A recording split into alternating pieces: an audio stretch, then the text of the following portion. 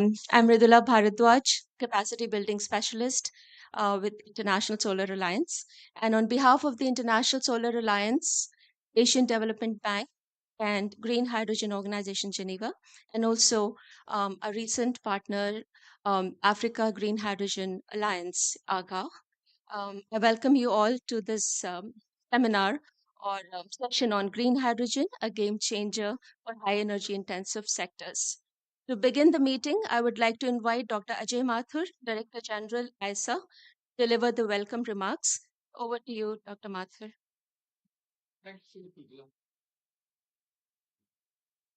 Thank you very much. Martin assures me green hydrogen is important, and I'm therefore assuming it is important. But thank you all very much for coming here in the morning and for this discussion, which is amazingly important to us. Jokes apart, green hydrogen today provides the only upscaled, scalable option to address the areas where green electricity alone won't be adequate. And therefore, if we are looking at emissions removal in the industrial sector, we are looking at green hydrogen. Not only that, green hydrogen provides us with an opportunity to look at many of the harder to abate sectors. And I stress the word harder to abate because I don't believe anything is hard to abate, it's just harder. Why? In the years before Copenhagen, we all thought that the vast amount of CO2 emissions that will come out of the our industry will continue to use fossil fuels, and the CO2 emissions that would come out would be sequestered. Well, the huge price fall in renewables has essentially put that to rest. So now we are moving to renewables for green electricity. Similarly, we thought, at least I thought, that one of the areas where we will not be able to change is steel, where we will continue to use coke for reducing in blast furnaces. And the how much of recycling can do, and therefore use recycled or scrap steel in an electric arc furnace. But with the demos that I feel, we are now looking at opportunities for using hydrogen as a reducing agent instead of coke in the steel industry. Similarly, we see a huge opportunity in the long distance transport sector, whether it is trucks, whether it is boats, or whether it is aviation tomorrow or the day after tomorrow.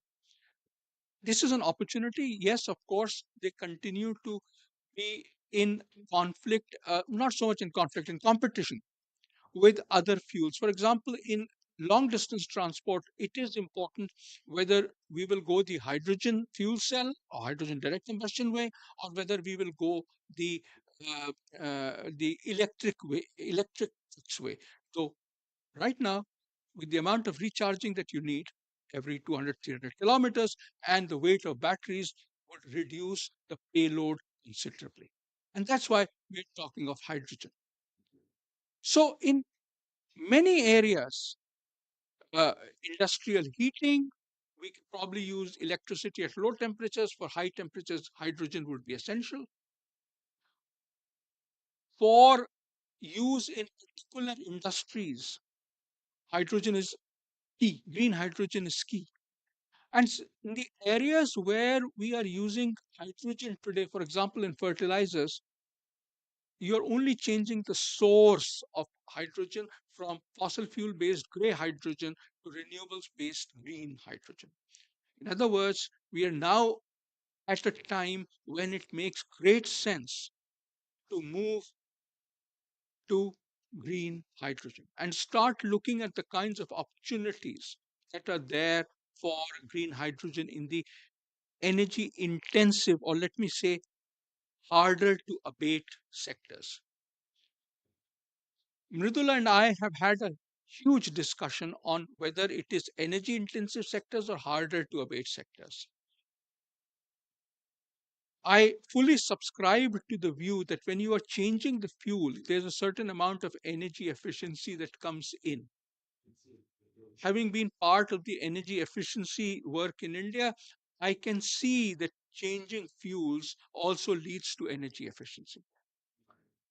But I don't see green hydrogen as being as much of a change agent for energy efficiency as it would be for going towards zero hydrogen.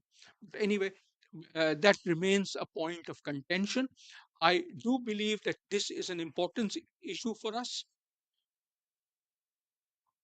To cut a long story short, I look at green hydrogen being a game changer in the energy intensive and the harder to abate industrial sectors. I again welcome all of you here. I look forward to the discussions, which will also provide a direction, certainly to ISA's work in this area, and I hope the work of other organizations.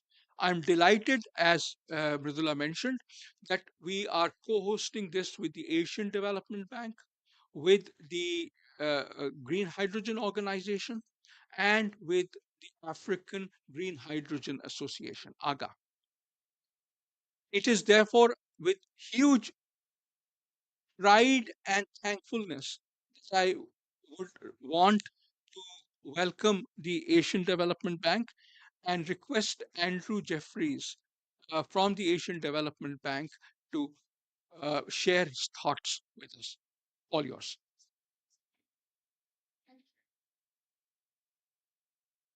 Thank you, DG. Um, Thank you for setting the context. I would now like to invite Mr. Andrew Jeffries, advisor, Just Energy Transition Partnership, Asian Development Bank, to give ADB perspective on this sector. Ladies and gentlemen, Andrew is overseeing ADB's energy transition mechanism activities region wide. He was ADB's country director for Vietnam and has also served in ADB India for many years. Over to you, Andrew.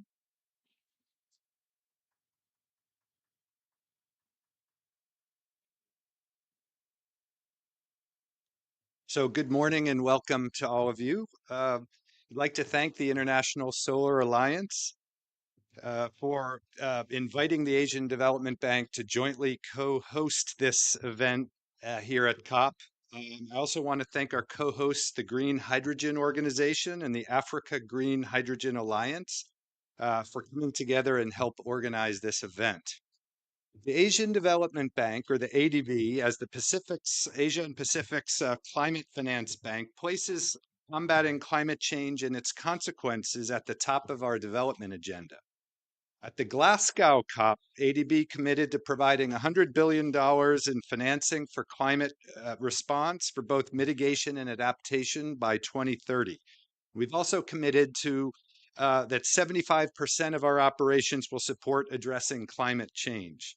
So this scale of funding, though, is small relative to the huge needs in the region. And so we're keen to ensure that our financing is catalytic and is combined with the support with the right policies, plans, and partnerships, without which ours and others' funding pledges are not effective. So we want to focus on technology areas which need support. And green hydrogen is an emerging area and is a key pillar to the net zero future and the ability to support industrial decarbonization, power generation and storage, and then transport as well. I'd like to take a few minutes to highlight how ADB is working closely with the International Solar Alliance to promote the hydrogen economy. We're providing knowledge support and technical assistance for promotion of solar energy and its applications in the South Asia region, and also supporting implementation of the ISA's Solar for Hydrogen program. Um, so under this, we've supported the creation of a Green Hydrogen Innovation Center in coordination with the ISA. This was launched at the G20 India presidency and will assist in knowledge sharing and building competency in the green hydrogen value chain. The platform will serve as a dynamic one-stop gateway to access detailed information related to the sector. Further, we're working with the ISA together to assess support for green hydrogen ecosystem readiness of member countries. And at the last COP in Egypt, ADB and the ISA jointly launched a report where we proposed a framework for green hydrogen readiness assessments in ISA member countries. So we really value this partnership. So to talk briefly on financing aspects to the hydrogen sector, there's a lot of excitement around green hydrogen and many projects at advanced level of planning stages. But that said, only a few, about 4%, are under construction or have reached, kind of a final investment decision stage.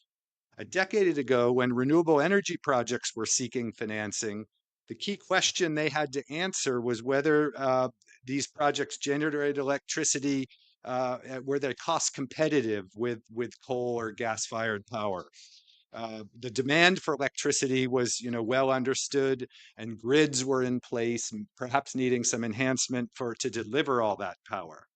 But green hydrogen project developers, they need to solve for a lot more interrelated problems. First, you need sources of water and renewable energy side by side to produce the commodity. There's currently very limited infrastructure in transportation, and long distance transport through ships requires liquefaction and regasification, which adds costs. All these moving parts, each with its own delivery risk, must be delivered before hydrogen production can start, revenues generated, and thus, making financeable projects viable. There are not enough commercial projects in operation yet for us to draw conclusions, but let me mention a few observations on the emerging financing context for green hydrogen projects. Owing to the lack of offtake contracts and related financing structures, most of the projects currently being financed are on balance sheet by large energy companies. This is so-called developer model where we're not picking the technology. We're kind of relying on the credit-worthy sponsor and relying on their knowledge and expertise. Um, so there's different approaches and different use cases we can quickly discuss.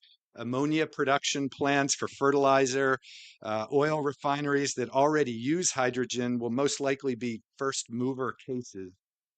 Demand is more certain, and there's limited new infrastructure to build as the buyer or the user of the commodity is there on site. So the company and often the company producing this hydrogen is often also the consumer. So these are already well suited for project finance with kind of bankable offtake agreements. And electricity generation's an area where existing offtake structures, power purchase agreements, and the like can be readily adapted to hydrogen. And in areas with high renewables penetration, hydrogen projects can help avoid curtailment of the renewable energy plants and to supplement the intermittent power generation. So, and hydrogen is also well suited for long duration storage as opposed to batteries. So there's clearly, opportunities ahead, and it's well worth supporting the sector for these things. Um, Again, what was already mentioned, hydrogen for industrial processes. Steel was just mentioned. Holds promise because major credit-worthy manufacturers and of these industrial products, such as steel, concrete, they could be counterparts to bankable contract or offtake arrangements.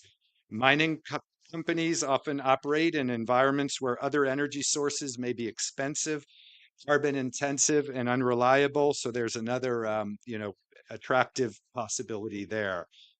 Public transport, especially in niche areas, is another eventual opportunity.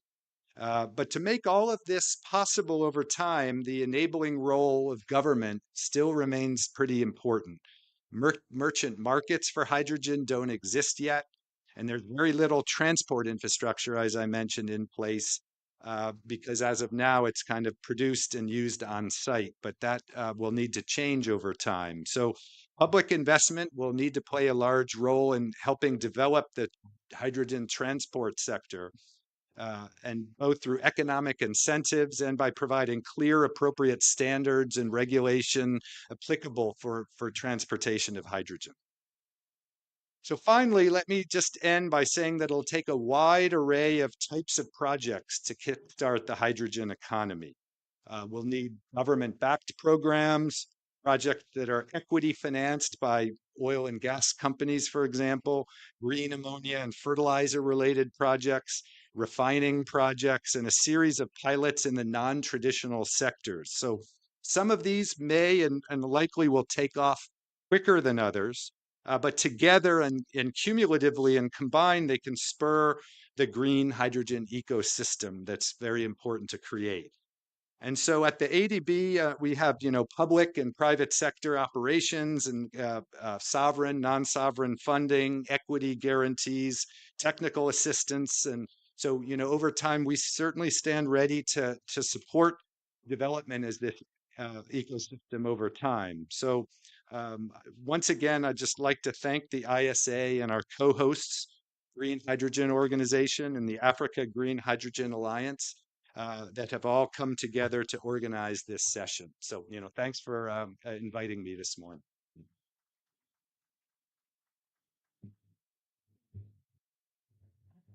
Thanks a lot, Andrew. Ladies and gentlemen, I now invite Mr. Jonas Moberg, CEO of Green Hydrogen Organization Geneva.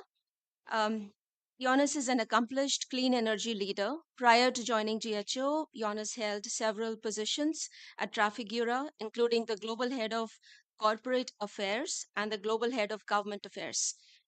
Ladies and gentlemen, I present Mr. Jonas Moberg. Thank you, Hilda. Thank you, RJ. It's fantastic to be working so closely with all of you at ISA and beyond. We have a relatively small group here this morning. I hope we will have a fantastic, more informal discussion over the next hour or so. And let me just add a little bit to the comments that have been said already. And do that in the frame of one obligation, at least five challenges, and limitless opportunities. In terms of the obligation, I think it is self-evident. It's obviously to play a part in the energy transition. And we often make the point that you know, how do we do it? Well, I think we all know about three quarters of the emissions are fossil fuel based. That has to stop. And that has to stop essentially by stopping using oil, gas, and coal. And that essentially means that anything that can be plugged into the renewable grid has to be plugged into the renewable grid. And there will be roughly half of final energy use in many economies. Then, if you can plug it into a battery, that's probably a good thing. Not quite as clear cut use case, but more or less. And it's another 15, 20% or a bit more final energy use. You're then left with something anywhere between 8 and 24%, depending on who you listen to, final energy use. That's the green hydrogen, the renewable hydrogen economy, and all its derivatives that we've heard a little bit about. Now, of course, that hydrogen has to be clean. And one of the biggest problems, and one of the is that we don't have a definition of what is clean hydrogen. We don't have a definition of what is low carbon hydrogen. There are many definitions of green hydrogen, of renewable hydrogen, but the fact that the fossil fuel industry is doing very well in resisting definitions of what is a reasonable capture rate for so-called blue hydrogen is at the moment one of the key challenges for offtake market in green hydrogen. I really do not want to hear one more time companies saying that we are struggling to place offtake in the green hydrogen, green ammonia, green methanol space because they don't know to what extent blue with low capture rate will be able to undercut them. Point here is organizations like mine and ISA and so on, we have to accept fossil fuel based hydrogen and its derivatives, provided it's done well. Okay? That's very clear. But it has to be done well. Almost all blue hydrogen at the moment has a capture rate that leaves huge emissions. And there are at the moment in most jurisdictions no rules and standards for site specific methane leakage reporting. So there are many issues here to discuss. Anyway, that's a bit about the obligation. In terms of some of the other challenges that I wanted to discuss, planning and permitting is a very big issue. It is taking too long in most jurisdictions. And that's why we're working together with some of you and many others on getting planning and permitting faster. There is the Planning and for Climate Coalition with a number of governments and others, and our own chairman, former Australian Prime Minister Malcolm Turnbull, as a driving force in that, essentially putting in and DOE and the US have been very supportive of this work, and essentially try to make sure how do we deal with one of the most fundamental questions, which is getting planning and permitting faster and more effective, while at the same time bringing our communities along with us. How do we make it happen fast while at the same time building trust? That is going to be one of the key issues. And it is really important to remember here there are some countries that do not have this issue. And China is one of them. And that is, it's one of the reasons 58% of renewable energy investment today is happening in one country alone, and that is in China. The CEO of BP said at the dinner the night before last, it takes 4 weeks from a decision to getting an electric charging plug for a car up in China today. It takes between 12 and 24 months in the US. That is just one illustration, and we see the immense implications of this planning issue, not least for the emerging electrolyzer industry in the US and Europe and some other parts of the world, where these planning delays are essentially threatening to choke off an industry that is just trying to move from sitting up to crawling to running. So we have to think of this planning issue very much also from an industrial structural perspective. The cost gap. The good news here is that pricing between green and grey hydrogen is decreasing. The cost gap is closing. There's no doubt about it. The challenge is, of course, or the bad news, if you like, is that we are, of course, still not charging anywhere near enough for carbon emissions in most of our jurisdictions. So how we address that it is remains, of course, the big challenge that we, and I think that there is a growing recognition that there are no panaceas here, but there are many small ways in which this can be done, or not so small ways, regional ways, and so on, that still have a profound impact. Financing and production. The good news is that governments are, of course, increasingly bringing incentives. We'll hear more about the IRA during the course of this discussion. Just come this morning from a meeting with senior EU officials.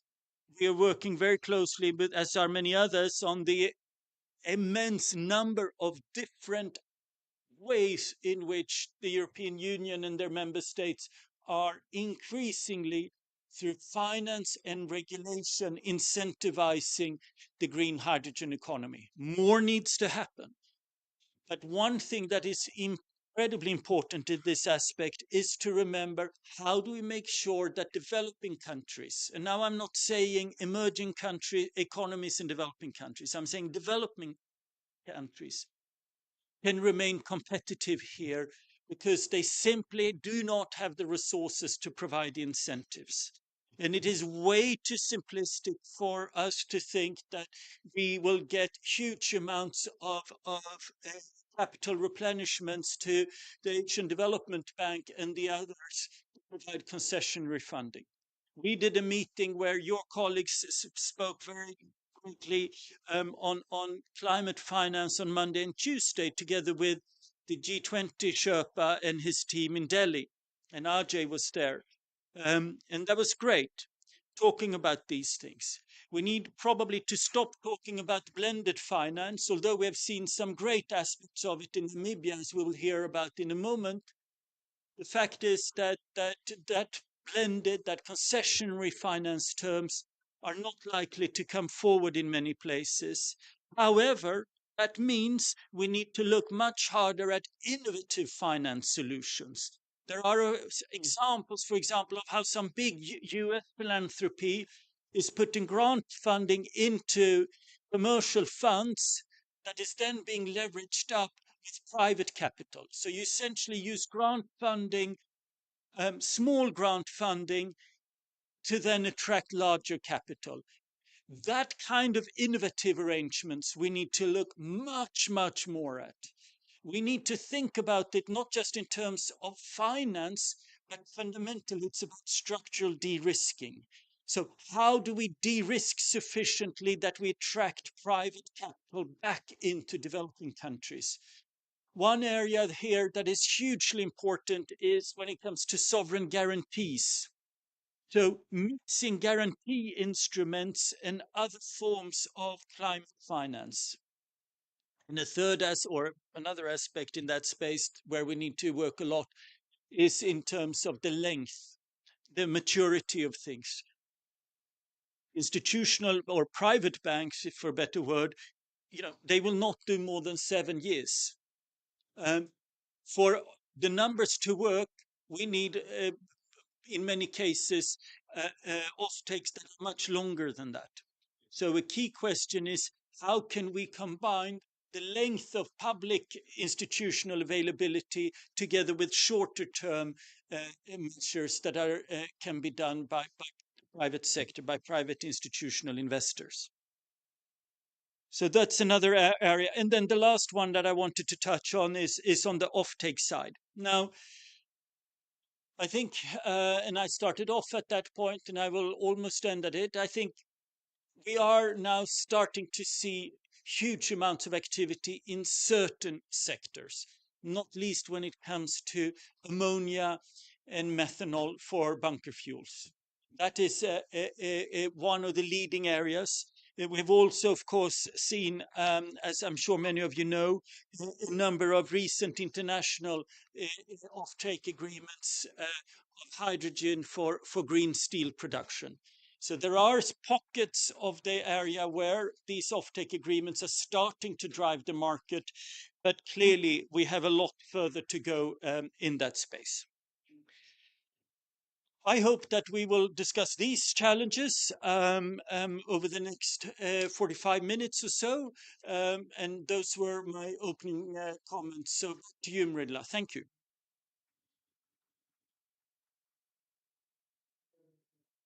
Thanks a lot, Jonas, for the very informative comments.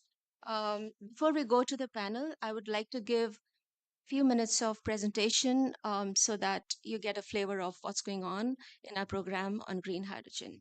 So,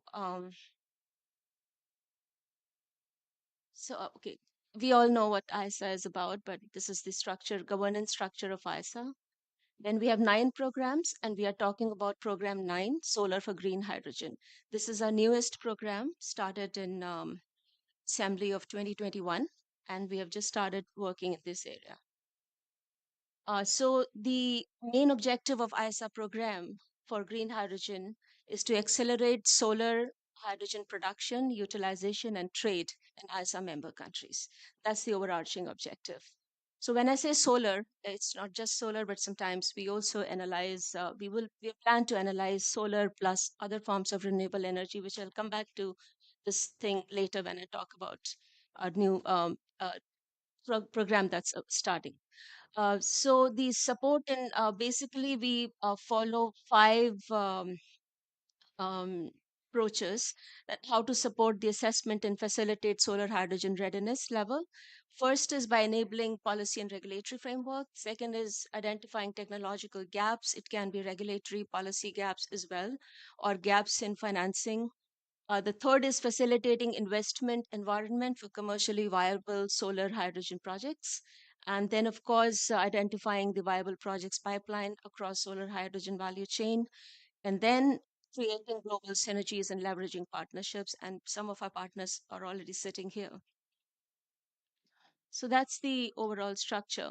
Uh, Andrew talked about the ADB ISA work that we jointly did, where we shortlisted around 8 or 10 parameters, screening parameters, and using them, we evaluated a subset of around 37 or 38 ISA countries, and then bucketed them and classified them in the 4 buckets, depending upon how they are placed in terms of ecosystem readiness. And this report is available on our website.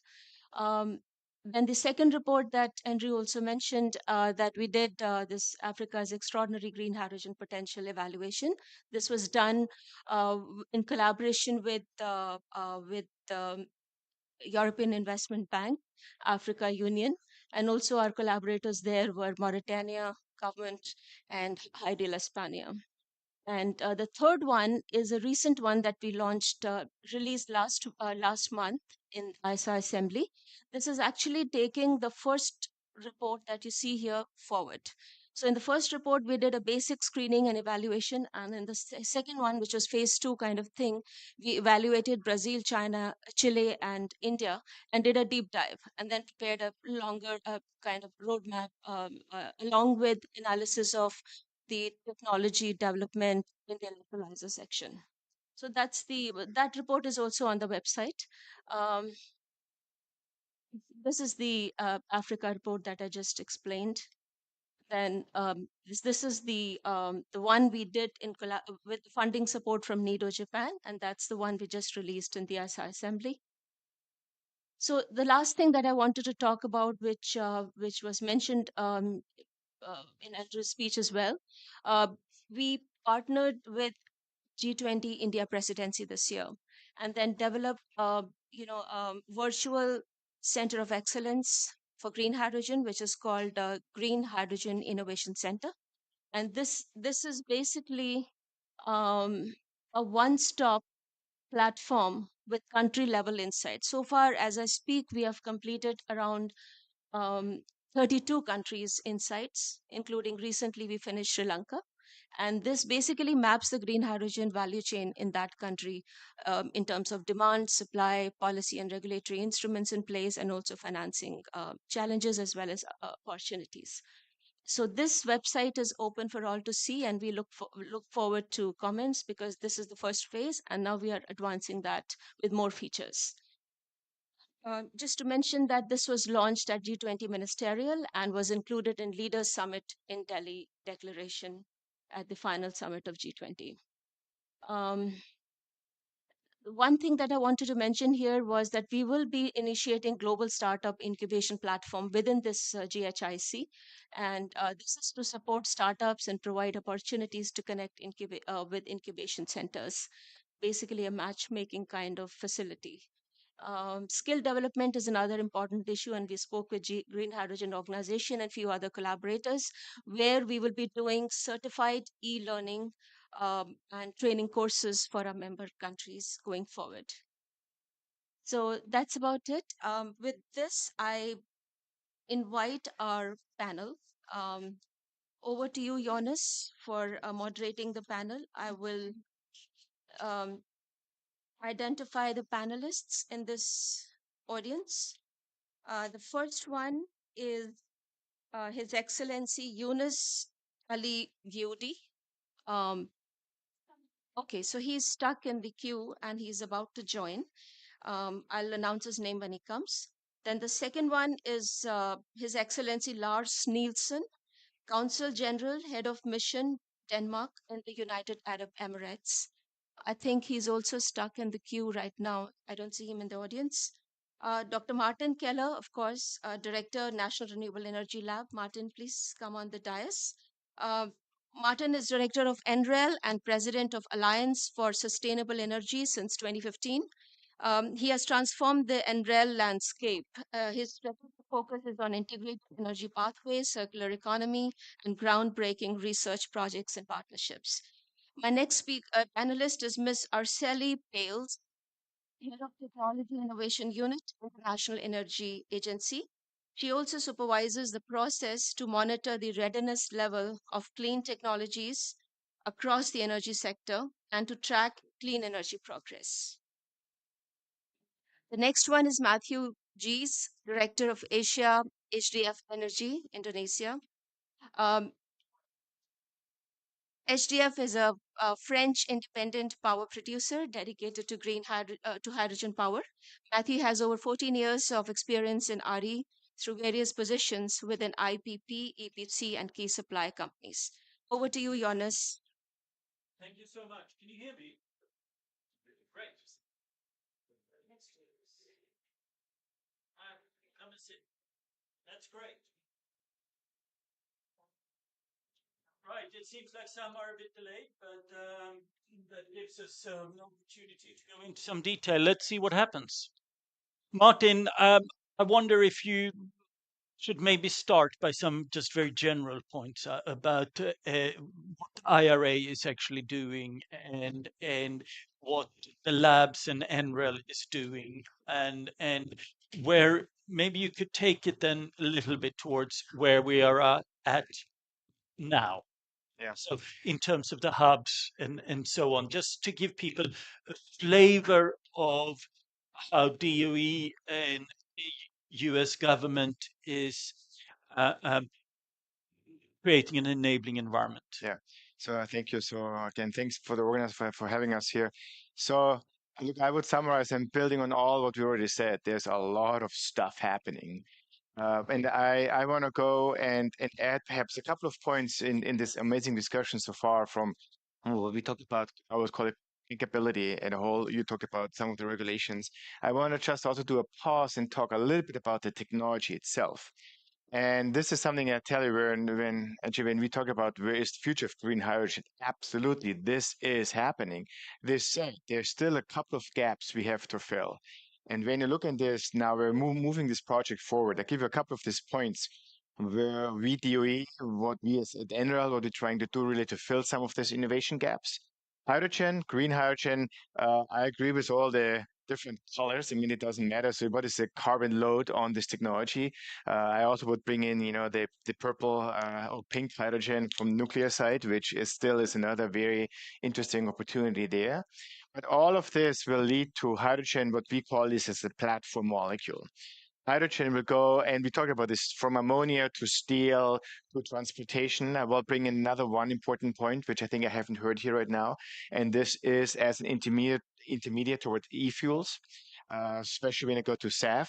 So this will be a very, very important element where hydrogen also could play a very significant role. This said, what we have on the innovation gaps is on the full systems integration to go, let's say, from a solar panel through storage, through electrolyzers, to the hydrogen. There needs to be a lot of work done, and this is not developed yet to a lot of degree. Current projects who are starting to be implemented use current technologies. We said they bolt them together. It's a great start. This said, there is still a lot of cost we can lower by optimizing the systems integration for all these technologies. And when you look right now on studies we have done, how many times it changed from AC to DC to AC in the current process, that's not very efficient. We also still have to gain more experience on how to run electrolyzers on intermittent electricity. Then if you say to large scale, if you bring storage in the middle, how much storage do you need? A lot of this is still what we need to figure out. That's why with NREL, we're having this new facility, which is now $150 million investment to 20 megawatts to fully integrate from solar and wind and storage to electrolyzers to hydrogen down to e-fuels and other areas because we need to do the systems optimization. So this is frankly the other point which I think was not discussed. Some of the studies have shown if you all go to electrolyzer on the current technologies, do we have enough critical materials left? So that's a big issue. So what is The scalability at very large system. Is it PEM? Is it really going to the alkaline side? Might not be as efficient, but of course, from a material source, a very, very different approach. Also, there needs to be done a lot of work. What we calling about circular economy. How do we make sure that we have enough minerals and resources actually to feed all these electrolyzers which we need to build out? And how do we manufacture them? So all of this is, with IRA, you all have seen this in the US, a very ambitious goals also in the hydrogen program to say with this, we're going to $1 per kilogram in 10 years. Very ambitious. I think from a technology perspective, I think there is a path to do this. It's ambitious, yes, but I think we can go there. But this also will require a lot of innovations. With all this said, we cannot just wait. We have to start implementing and getting this project on the road. And I see the same like in solar. If we would have waited till solar is at the cost rate is right now, we would have never gone there. So that's why it's important that we continue to start implementing these projects with this, that we cannot leave the innovation behind. We need to do this in parallel. And normally humans are not so good in working in these parallel approaches. We do it more as sequel, but we need to do this in a parallel approach to get this done. But it's very exciting areas.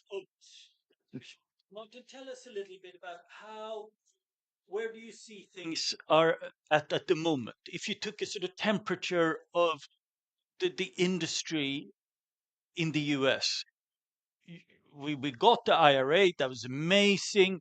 You were hosting a kind of come out party of the clean energy ministerial in Pittsburgh in just over a year ago. The enthusiasm, the developers have rushed in. The renewable energy operators, the solar people have geared up, switched a little bit, driven by data center and so on. You see huge interest and a big fight over how high standards should be on the renewable buying side. Where do you see our factories being built for the electrolyzers? Could you try to sort of illustrate practically where you things are at? So from the US perspective, from our side, again, which you all know, well, we are a research laboratory.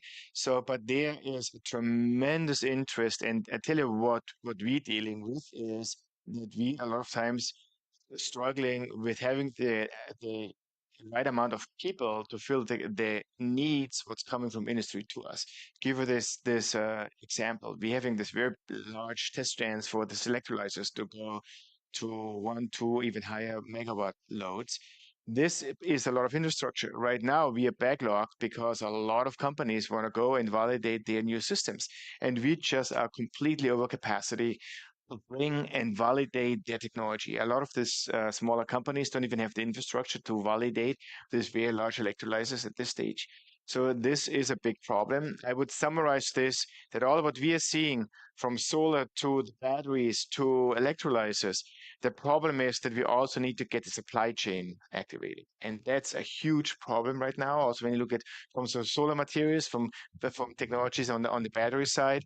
So where we also having a lot of programs, not only to attract companies and starting to building this, but also at the same time be engaged in building their supply chain to support all this new development. And that's not an easy task. So I think it's happening, but it's a steep climb. Mm. If we follow on from the US to look at the global picture, what you've just not that long ago published some revised forecasts. I wonder if you could maybe share some of the latest numbers as you see them in terms of global production now and a little bit forward looking. Sure. Akali. Thanks very much. Hopefully you can hear me. Um, that's better, maybe. This way. I'll hold it. So no, thanks a lot, and thanks for the invitation. I think I mean just echoing all the points that have been flagged, and I'll very happy to come back to the supply chain topic as well because I think it's a very important one. But indeed, I would really agree. I mean, there's a lot of things happening. We at the International Energy Agency undertake an annual global hydrogen review, so it's really taking stock of the market trends that are happening on the hydrogen space across the whole supply chain, so from production to manufacturing of different equipment that would be required, but also the different projects, offtake commitments, etc., on the demand side, and how technologies are developing not only on the production side but also on the demand side, because that's an area which is also important to make sure that innovation goes hand in hand, as has been mentioned, but indeed also on the technologies that can really absorb that hydrogen coming into the market. Um, in terms of the latest markets developments, just to mention that indeed we've seen that a lot of things have been happening. At the same time, I mean, we see that today we are really at the kind of kiloton type of scale when it comes to low emissions hydrogen. So we're talking about kind of relatively small projects. There's a couple of higher demonstration projects that have been announced or are in place in China very soon, more at the 100 megawatt scale. But when we put together all the different announced projects in terms of like green or low emissions hydrogen production moving forward, we see that we could reach around 420 gigawatts by 2030 in terms of that scale. Of course, the big caveat here is that only 3% of those projects have reached final investment decisions. So that's a big, big caveat. And this is mostly to do with these points that have been flagged before about the uncertainty of the market, the uncertainty of the demand, and at the same time, maybe just to flag as well that positive point is that beyond China and some of the advanced economies where we see higher levels of, let's say, certainty of those projects, what we see is that most of these announcements as well have quite a diverse regional distribution, which is quite important because these higher shares in developing economies and emerging markets are really critical to make sure that we can tap into not also the development of those countries, but of course those countries can make sure that they tap into their great renewable energy resources and be competitive in terms of producing hydrogen. Um, so yeah, I think that's in a way a positive tone. The other element I wanted to mention very quickly on the supply chain aspect is that that's also something that as the market starts to emerge and to grow, is very important to monitor to ensure that we anticipate any potential bottleneck moving forward. And there, what we also do is we monitor what are the capacities of the different steps of the supply chain, from the manufacturing of the different equipment that will be required to produce hydrogen, but also to use hydrogen, as well as the different components to assemble that equipment and the different materials and minerals that would be required. Um, I must say that I mean the environment is very dynamic. We are monitoring this on a monthly basis. The latest information we just published it at the end of last month, just kind of 10 days ago or so, and we were looking at the manufacturing capacity for electrolyzers. Sorry. Thank you. Much better for me as well. Thank you very much. Is that better? Yeah, it's lovely. It's Thanks. great. Thank you, Thank you. Kalim. Sorry about that. No? So just to mention that we also look at these manufacturing capacities for electrolyzers and other equipment. And there what we see is that, over the quarter of this year, the expansion has been relatively tremendous. I mean, it has been incredible, particularly when we look at not only Europe, which was at the forefront in these announcements before, but of course in response to the Inflation Reduction Act installments last year, all the developments that have taken place over the course of this year and the continuation of the expansion in China have been tremendous. And what we saw is that actually when we were updating the data up to the end of the third quarter of this year, the total announced manufacturing capacity for electrolyzers at the global level by 2030 will really fulfill the needs that we project will be required for the net zero emissions by 2050 scenario by 2030. Hang on, Again, big sorry to caveat here. interrupt you there. Just so we're very clear here, I think you're saying something very important here. So, could you elaborate a little bit on that point? So you're essentially saying that according to your estimates, you think that we are on target for, and your net zero scenario says Around 600 gigawatts 600 gigawatts. by So how 2030. many million tons is that?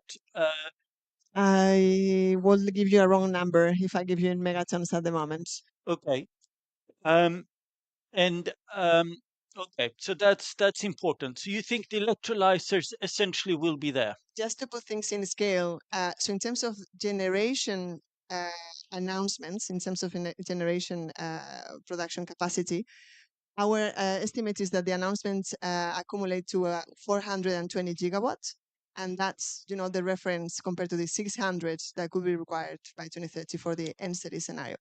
But again, I just wanted to put again the big caveat here, which is that as well as we see that only 3% of the 420 gigawatt of installed, let's say, production capacity to 2030 that's been announced have reached final investment decision, we see similar levels when it comes to the manufacturing projects for electrolyzers. So that's not to say that everything is on track, because those projects have not reached final investment decision. They have not reached under, let's say, a more advanced stage of being started to be constructed in all cases. There's different shares of certainty across different regional contexts. But again, that's a kind of a positive sign where we see that, there's the appetite and investment announcements have been put in place, even if preliminary, to reach this type of levels. What we're doing is we are monitoring this very closely, and we started to do this more regularly since, Inflation Reduction Act came in, the Net Zero Industry Act in Europe, I mean, some of the other announcements in other countries. Because again, the announcements come on a kind of weekly basis, and things are very dynamic. And as we see some projects coming in, we see also other projects being cancelled. So it's important to keep track of that. I'll be happy to share this information, but everything is available on our website, this particular briefing on the latest announcements as well, where you can also find the megaton of hydrogen. Yeah, no, it's great. It's an absolutely amazing source of information. Thank you very much. And we, of course, hope from the renewable side, from solar industry and wind and water, hydro and so on, that your net zero scenarios will also not net out in the future blue and renewable, but that they will be separately, independently, totally of each other accounted. So of course we hope that there will be such evolutions as well in the way that you provide the analysis. Yeah. Thanks for that. And I mean, very happy as well to discuss on definitions. I know this is a very important topic. And in a way, certifications, regulations, from our perspective, are a key barrier at the moment as well to provide more certainty on the demand and more transparency. And we've devoted also a report we released earlier in the year for the G7 to this topic. So happy to deep dive a bit on that. Yeah. Whether let's come back to that. That's great. Thank you. We're still waiting for our minister Jonas from Djibouti, but I think, not knowing when he's coming, I suggest we complete the panel in the meantime. So Nangula, if I could ask you to come and join me here. We've shared many panels, and you are please come here. Thank you so much for coming. There are not many people that are as in hot demand as you are, because there are not many governments in anywhere in the world that has been as responsive and fast in this space as yours is. Akale, if we could have the handheld mic. I'm going to ask an iteration of the same question. So tell us roughly where have we come to in December 2023? Where are you at now in terms of enabling some of these amazing plans in Namibia? Thank you very much for the opportunity. And then maybe just a brief background to Namibia for the ones that might not be up there yet. So, Namibia, I'm sure that some of you know Namibia. We are in the southern part of Africa, a huge country in terms of land mass, 824,000 square kilometers. But in terms of population, we are about 2.6 million people. So that gives us or makes us the second least densely populated country in the world. But it's also a country that has got two deserts. One side is the Kalahari that we share with South Africa and Botswana. And then on the other side, we've got the Namib that we share with Angola and South Africa. So the entire coast of 1,500 kilometers of Namibia, ocean, it's also having a desert, which of course then makes Namibia one of the countries that can produce green hydrogen at competitive rate. And we happen to have a place called Ludert where we have got huge tracts of course, land that is almost inhabitable. But at that place also wind resources are abundant. But then solar resources in Namibia, we kind of say we get solar 350 days a year. maybe just about a few days that we don't get solar. Um, and therefore, that is a place where it's currently a hot place for Namibia in terms of producing green hydrogen. So our president, when he came up with his plan of Harambe prosperity in about March 2020, he looked at then saying, what can we do as Namibia in terms of green hydrogen? And yes, looking at definitions, one of the things that happened while we are on this journey, it was just so interesting that Total Energies and Shell announced that they found oil off the coast of Namibia, close to Ludert in the ocean, deep sea ocean, kind of closer to South Africa. So now we've got Ludert where we have got green hydrogen potential, but also oil and gas. And they say the gas resources as part of their find is also very much significant. So which means that we're probably looking at both blue hydrogen and green hydrogen. And then, of course, I think it's a good conversation of saying, when do we make blue clean? So that is where we are as Namibia. But I think at this stage, our president very much committed to green hydrogen and to the renewable resource. So what we then did around August 2021, we went out to the market, spoke to a few players in the market to find out who can partner with government to really large scale project. So kind of fast track to Glasgow. We indicated who the preferred bidder with was, and then it took us about 18 months for us to come to agree on the terms.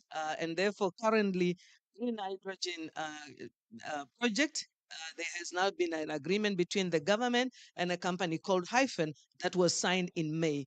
And the wind masts are now up to kind of start the journey of the feasibility study. So that is really where we are. We are starting with the feasibility study. But while we're doing that one, we have formed quite a number of partnerships.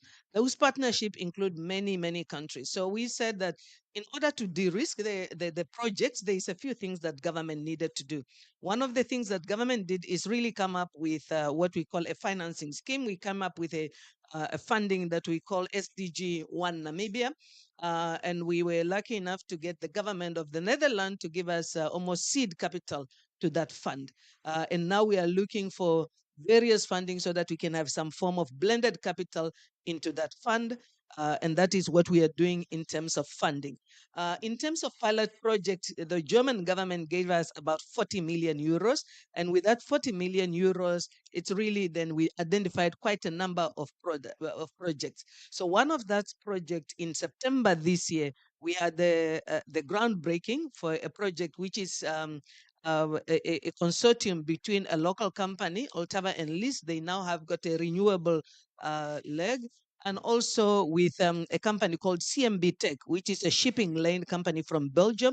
They've come together and they starting a project. But as part of that project, they are going to put up the first station, the first gas station or fuel station, green hydrogen station, refueling station in Namibia as part of that project, but also looking at Wafish Bay where they're working from to have almost bunkering services for green hydrogen. Thank you, Nangula. I wonder if you could just try to summarize the what kind of industry strategy do you see, or what kind of industry do you see in a couple of years' time? So just very sort of Examples, okay? neatly for this audience, Yes. what you hope will be there in 3-4 years' time. Okay, thank you very much. So what we are saying is, of course, we are seeing that green hydrogen will be most an enabling and maybe fast track for the industrialization, not only of Namibia, but of course of Africa. Because yes, we have got Africa where we have got raw materials, critical raw materials, a lot of minerals that are required, whether it is in the energy transition and so forth. So if you come to Namibia, we are the third largest producer of uranium, for example. And then, of course, Namibia, we've got, yes, diamonds and we've got many other materials. Also is the rest of Africa. And therefore, we are saying if we have got the resources of green hydrogen in Namibia and Africa, if we have got the critical raw materials in Africa, then the refining and the industrialization should happen in Africa.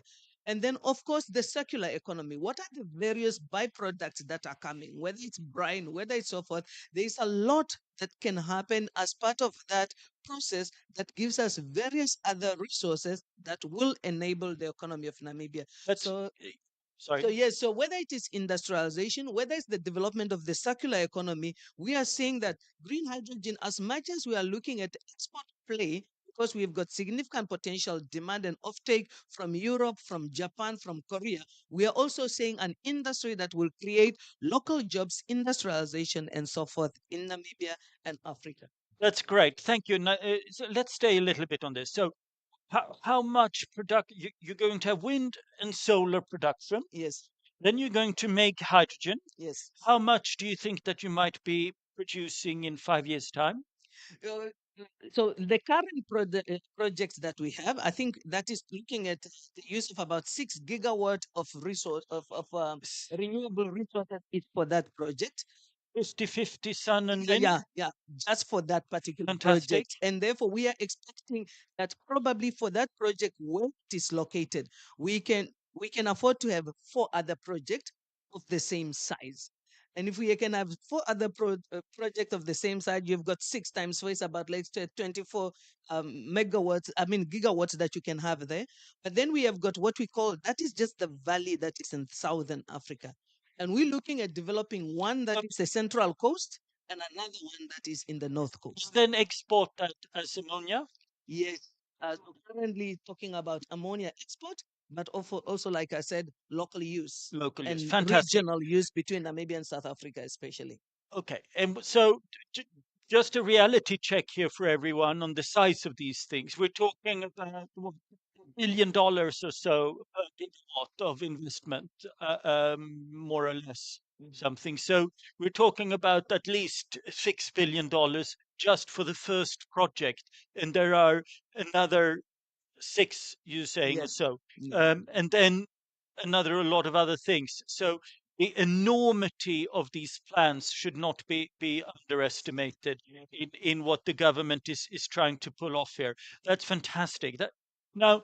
What you've heard from Nangula is, of course, also using a lot of that hydrogen locally, and I wonder if that's a good point to bring you, because you guys have a very innovative way using hydrogen for storage. Maybe you could just explain a little bit how it would work. I'm not yeah, it's working well. So thank you for the comment, and I will explain why we have this innovative way, because we agree on the potential of hydrogen as a green molecule to decarbonize many sectors. There are a lot of announcements, as it was mentioned earlier, but the announcements sometimes are also for communication purpose. You know, it can help to reinforce the stock market value of the companies. There is a race on increasing the valuation of those companies to raise more funds. What we see on the ground is, especially outside Europe and Japan, is difficult to make green hydrogen viable. What is the price of the green hydrogen? Is there someone ready to pay for that price? What is the cost to deploy the infrastructure? We see that the challenges will be there for at least a decade. What do we do in the meantime? Personally, I'm director for Asia, except South Korea, Japan, Singapore. It's full of developing countries. Those countries, they don't have the funds that Europe or Japan has to subsidize the usage of green hydrogen. And I'm afraid we may wait forever for green hydrogen to be competitive, because we are talking about $1, $2 per kilo. In the business plan I'm looking at, we are very far away from those prices. We are more about 4, 5, 6, $7 per kilo. Even in India, where solar is very affordable, at those prices, no one is ready to purchase green hydrogen. So HDF is a company dedicated to hydrogen projects. We are a medium-scale company, and we cannot do PowerPoints for the next decade. If we want to survive, we need to do real projects. And to do real projects, we try to identify where green hydrogen can play a role today without subsidies. And there are niche markets where green hydrogen can play a role. And I will give a couple of examples. As you can hear, I'm French. So I will start by example with France and then with Asia, where I'm working. In France, you have many island grids managed by EDF. EDF is the national electric utility from France. And in those grids, it's maybe 90% of diesel genset installed. And I'm not talking about microgrids. I'm talking about grids of 500, 900, 1000 megawatt capacity, sometimes with a bit of hydro. But the cost to develop the infrastructure to bring gas is expensive. The impact of intermittency on those grids is difficult to handle, even for a utility like EDF. And we see that hydrogen can play a role in those grids to firm renewable energies. So in our case, what we do, our innovation is to combine solar or wind to mass hydrogen storage, and we will do the hydrogen locally. So everything is logistic free, and the purpose is to be able to deliver to the grid a firm and stable power. And by being able to committing on the fact the power will be firm and stable, we will make the utility comfortable about the grid stability. At the end of the day, in all projects, we are never talking about the cost of green hydrogen.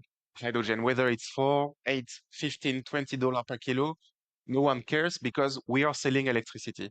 So if our price of electricity is below the current cost of electricity generation, if our PPA is bankable, we bring a learning curve to the country in terms of green hydrogen. We bring a reference to the country.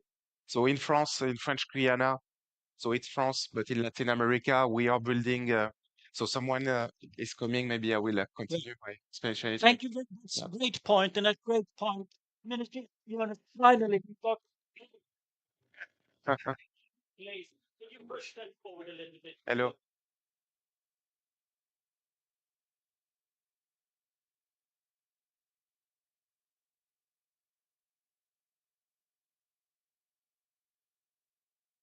Once the energy minister of Djibouti, and we are very delighted, absolutely delighted that he's here and he could join the panel and he will share his thoughts. Thank you so much. Thank you so much for coming. It's great to have you here. We so the International Solar Alliance has worked hard in many different ways to enable to support the government of Djibouti as part of them becoming a member now of the Africa Green Hydrogen Alliance. So just to explain to you, the Africa Green Hydrogen Alliance is a group of governments, not of civil society, not of companies, of governments that have come together, working together to learn from each other. It was founded by Namibia, uh, Egypt, Morocco, Mauritania, South Africa, and Kenya. And tomorrow we're also more formally welcoming Djibouti into the alliance. And we hope that your trajectory will be similar to what we have experienced, what we're seeing from Nangula and her friends in India. So I'm utterly delighted. So you, Ms. Jonas, I'm absolutely delighted that you're here. Um, so thank you very much. You get a moment to cool down and to gather your breath a little bit, and I will call you in a moment. Matja, I wonder if you could just very briefly summarize what you said at the end so we understand what the technology actually is. It's part renewable energy production and it's part storage, and it is particularly useful in some context of slightly small or mid-size. Is that a fair understanding of the proposition? You're right. It can be also large scale, like in Namibia, where there could be a dependence of neighboring countries to import electricity. Our solutions will manufacture hydrogen on site, store the hydrogen on site, and deliver power day and night to the grid through renewable energies when there is the sun, and through hydrogen or batteries at night and for peaking hours. ADB is there. We are working hand by hand with ADB in Indonesia, for example. Indonesia, it's full of island grids. full of diesel gensets, very difficult for PLN to decarbonize those grids. Tomorrow at 3 p.m., I will be on the Indonesian pavilion with PLN CEO. ADB is welcome to support the signing. For us, it's a tremendous way, firstly, to address decarbonization of island grids. Secondly, to make real projects in green hydrogen. If we want to reach the $2 per kilo target or $1, we need to bring a learning curve. We cannot go to 1 gigawatt or 2 gigawatt in a year. We need to have medium scale projects in the market. We need the EPCs to have a return on experience, and those projects That's can great. place opportunity. Thank you very much for that. And that, I guess it's a sign. Maybe the way to look at it is we're starting to see a number of smaller applications, but still very significant as part of how the hydrogen economy is growing.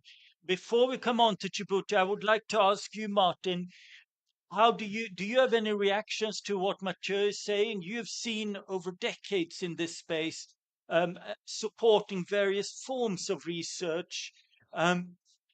What is your reaction to those kinds of different applications? Yeah, look, I mean, this correlates. You probably, some of you might have been familiar with this called LA 100 study. So this is the study we have done for the city of Los Angeles. Their goal is to go to 100% renewable energy. And there is clearly that there is a gap where we have to have a long-term storage built into the overarching energy side. There, hydrogen could play a role. I'm still worried that there is a significant cost in hydrogen. The study have shown right now that if you look at different scenarios, it's a race between hydrogen. It also could be biofuels. It could be synthetic fuels. It's not completely clear. It could be decarbonized natural gas. It's not clear for the grid applications what the final fuel or is in this area, but it's very clear that we will need to run some type of combustion turbines to achieve that. And there, I agree, hydrogen could be a very valuable source. It comes down at the end to cost. And also what we've heard from LA, very simple. And the same is, by the way, true what we've done in the study for Puerto Rico, same to go to 100% renewable. The interesting thing will be is can the cities or utilities acquire the fuel? And this also will be very interesting. What is on the market? So LA right now is building this. That some of their neighboring utilities they're building with now hydrogen pipelines into LA. So this is evolving, but I think at the end it will come down to cost. Fantastic. On that note, let us then move on. Finally, he's here, Minister Jonas from Djibouti, with big plans. Tell us a little bit about what you hope to achieve. Uh, Thank you. I speak in English in French. In French is better. How are we on French? Yeah, you will understand. Good. Very good. Is there headsets? Are there headsets? Okay. So French, please. En français, s'il vous plaît. Parle français.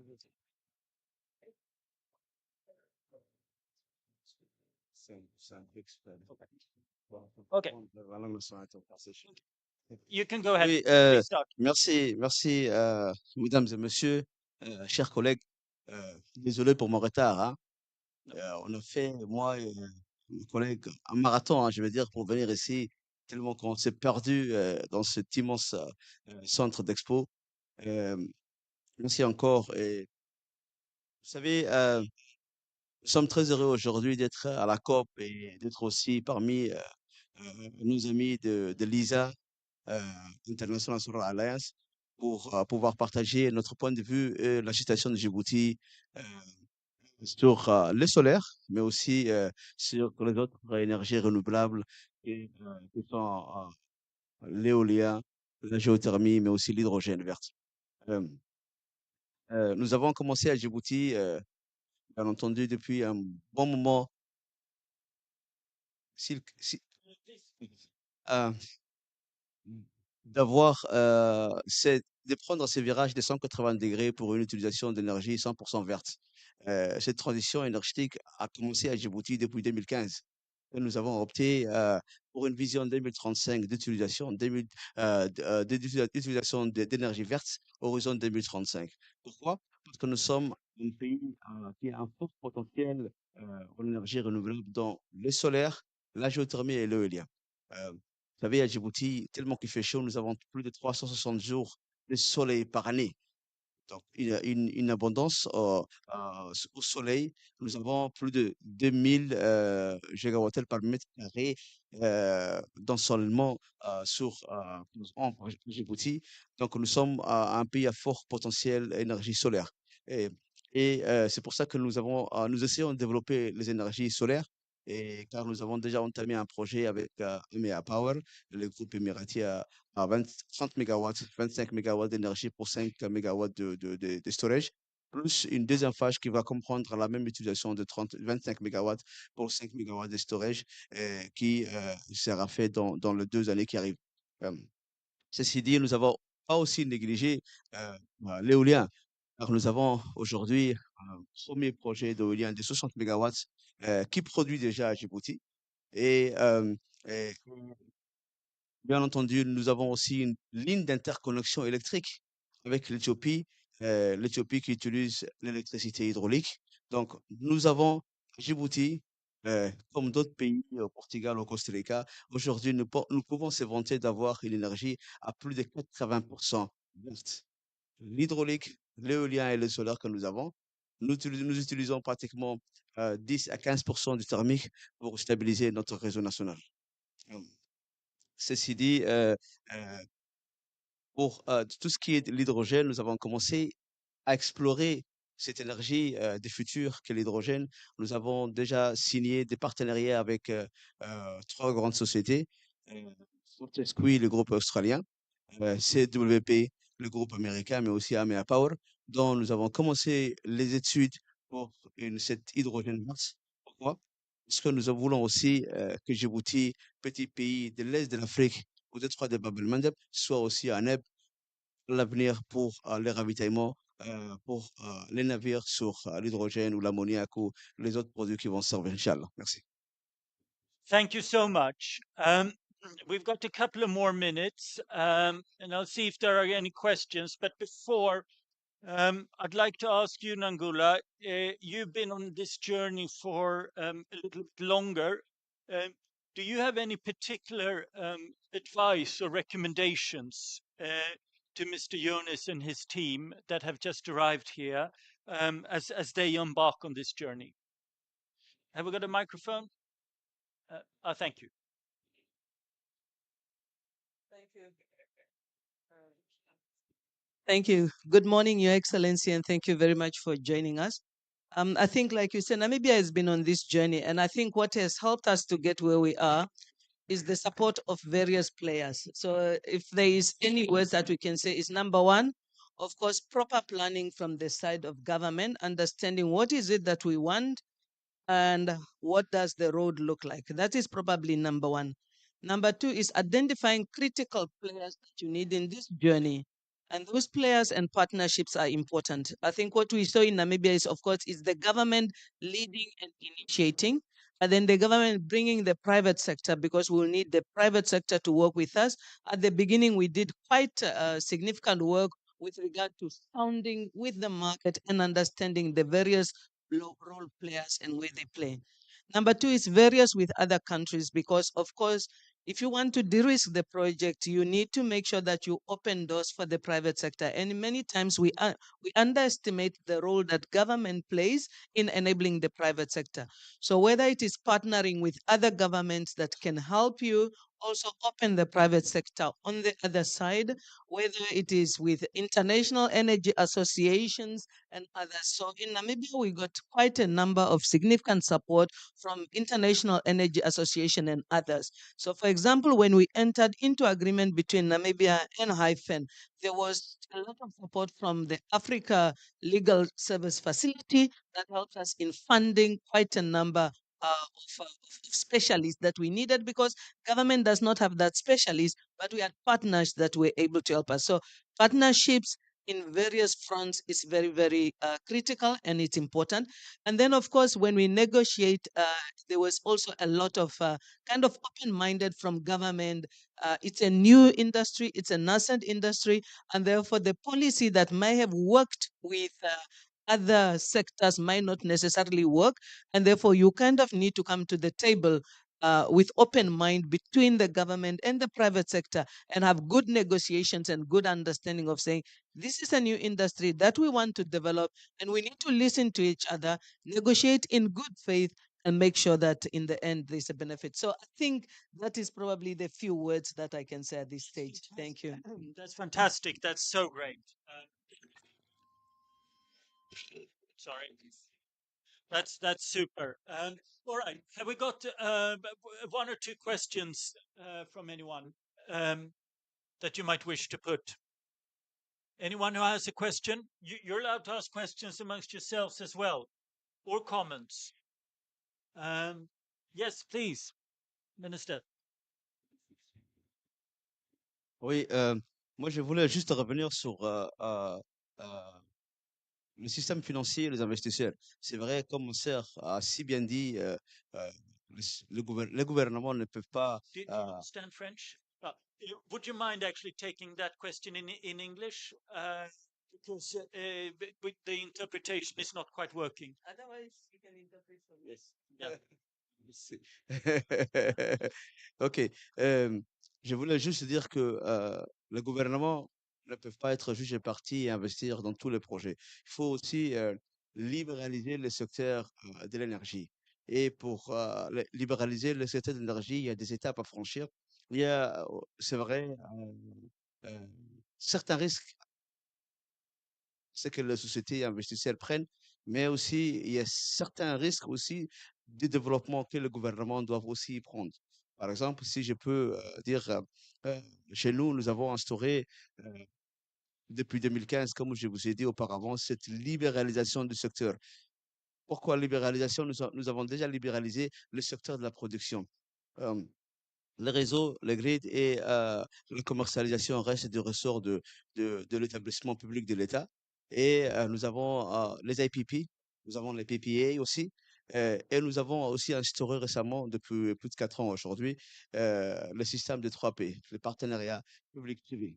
Donc, tous nos projets aujourd'hui se concentrent sur ces partenariats public-privé, ce qui est très important non seulement qui conforte aussi les engagements et euh, les investissements de l'investisseur, mais aussi qui assure le gouvernement pour les garanties nécessaires pour pouvoir développer les projets qui sont en phase de développement dans nos pays respectifs.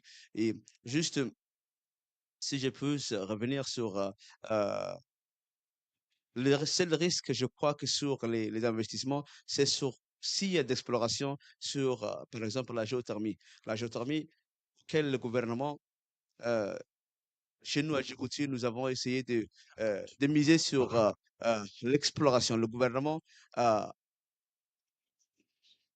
c'est bon? Yeah. That's great. Thank you. If you could give the microphone to Mathieu, please. Mathieu, could you just sort of summarize the key point here? I will summarize the key point. The key point is related to the fact that a lot of investment is required and the government cannot provide those investments. Hence, we need to find ways to encourage investment for private sector to liberalize the energy sector. And Djibouti implemented some solutions related to private-public partnership, for example, to encourage IPP to come into the country. Among the solutions, there is also the implementations of PPAs, about a robust legal framework to make the investors comfortable. Mr. Ministers were talking also about how can we help the private sector to mitigate the development risk. Geothermal sector is a good example. You need to make a lot of exploration. Sometimes the resources is not as good as expected. So it's very difficult for private sector to put money at risk. This is where the development banks can help in developing countries. So that will be the to sum up. That's Thank you. great, and I'm sure that Nangula would agree with that because that has been such a central part to what they're doing in Namibia. And I can assure you there are so many meetings, not least here during COP, with a wide range of the multilateral development banks taking place. We need to wrap this up. Before we hand back to Mridula, I would invite you all you have 40 seconds each if you would like. If there is something that you feel just is not coming through or is particularly important as we try to make this happen with a high degree of urgency. And I think it would be fair to start with the International Energy Agency in Natalia, if we wanted to come back last time. Thanks a lot. I think the main points in terms of barriers to my mind have been touched, but maybe just to emphasize from our perspective, I mean, the greatest challenges are related to the uncertainty around demand. Again, from a technological perspective, but also from a market perspective. Um, then, of course, we've discussed very briefly on regulations and certifications. So again, coming back here to the definitions and the transparency. The other important aspect is related to infrastructure. So, I mean, how we make sure that once we have projects in place, they will have, all the infrastructure, if it's related to renewable electricity, but also to transport different hydrogen and hydrogen-related fuels to the different end users, or to revitalize or develop certain areas, say, locally. And then, I mean, finally, just to point again to the aspect of costs, because it came also in the discussion, and to me it relates to innovation as well. So how we could make sure that, again, we don't stop, that we kind of go hand in hand and we keep improving the different costs associated on the value chain. So on manufacturing side, on the production side, on how we can make systems more flexible, less costly, and how we can share the learnings in a more efficient way. Again, on the production side and on the demand side as well. Thank you so much, Martin. Well, I think I'm agreeing with all of what you said. So I think the key really is we have to drive the deployment and continue the innovation. Mathieu? Yeah, just to finish on a positive note, hydrogen projects can be bankable, can be materialized now. If we have a bankable PPA, for example, to address island grids, and we encourage development banks to bring leverages through concessional loan to speed up the negotiation with utilities. Absolutely, thank you. On that note, Andrew, is there anything you wish to add very quickly, or do you think that the multilateral development bank aspect has been covered? I just wish we could support the African countries, but my region is the Asia Pacific. Well, we'll work on that, and I can tell you that based on the Africa Green Hydrogen Alliance, the Breakthrough Energy and the Green Hydrogen Organization are now teaming up on the Asia Green Hydrogen Alliance. So we'll come back to you on how we're doing that. And we got some announcements with the Indonesian government and some others here. Nangula, a last super short comment from you. Yeah, thank you. I think given all the challenges that they are facing, what we are doing in Namibia, we have started to implement something we call a productivity task force. We are using in various sectors, and it's really about using the convening power of government to bring all the parties together and have a conversation as to how can we enable this sector's development better. Fantastic. And on that note, Mr. Yunus, would you like to say one last comment? Or yeah. Oui, merci encore. Pour moi, vous savez, l'avenir du secteur de l'énergie est prometteur. Nous observons aujourd'hui, de jour en jour, les innovations et les nouvelles technologies qui se suivent. Qu'est-ce que nous voulons, nous, pays africains, aujourd'hui? Car nous avons ces plus gros potentiels d'énergie renouvelable dans le monde, et l'Afrique a besoin d'être accompagnée d'abord par les partenaires financiers. Ça, c'est très important. Et euh, le développement de l'hydrogène, qui est l'avenir du secteur de l'énergie, que tout pays africain, car chaque pays a sa problématique et sa particularité, et il faut le dire. Mais nous espérons nous joindre ensemble pour pouvoir développer cette énergie du futur qu'est l'hydrogène. Merci. Well, please join the minister and all of you in an applause.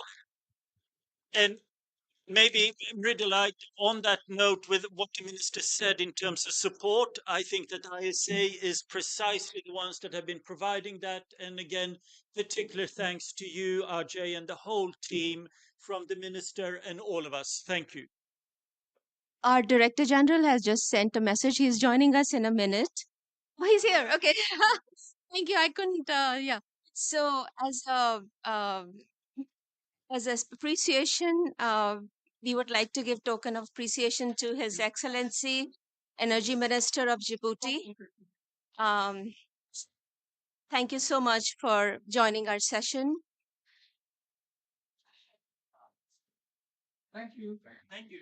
I would now request our DG to give the souvenir to our Sally. It's to Dr. Martin Keller, please. There's men and women, different souvenirs. So, and Matthew G's is the next one. Thank you, Matthew. And we have Jonas, the men souvenir, I think. Thanks, Jonas, for always being there for all our sessions. The next one, Miss Nangula Iwanja from Namibia. Thank you, Nanjula. And last but not the least, we have Arceli Fernandez from International Energy Agency. Thanks, panelists, for your kind acceptance of our invite. Um, ladies and gentlemen, with this, we come to a closure of our session. And it's an absolutely, delightful to have this meeting done with all of you who are experts in this area. And once again, I thank you for continued association is what we look forward after this session. It's not just the session is ended and we don't talk further. And you have a very good afternoon and great time at rest of the COP events. Yeah, thank you.